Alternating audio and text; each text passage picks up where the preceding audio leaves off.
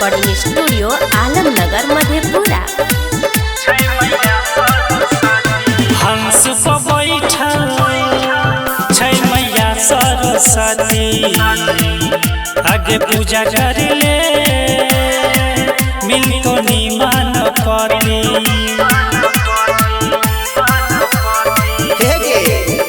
आगे हंस पर बैठल छै मैया सरस्वती, गे आगे पूजा करिले मिलतो निमन पति।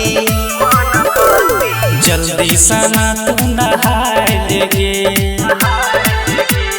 थाली अपन सजाय लेगे। हंस पर बैठल छै मैया सरस्वती, गे आगे पूजा करिले मिलतो निमन पति।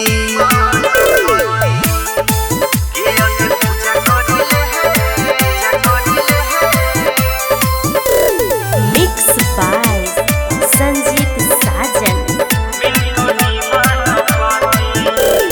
बिना गाली मैया के गे सुन महिमा महान गे।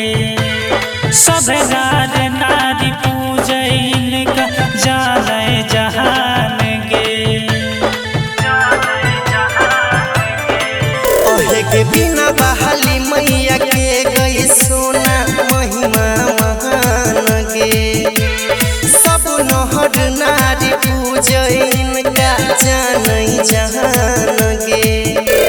घरे घरे पूजाबै छै, मूर्ति सगर बैठाबै छै।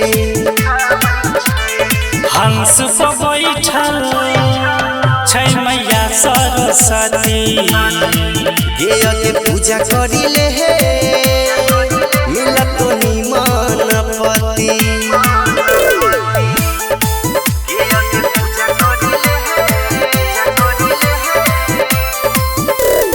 Mix by Sanjeet Sajan.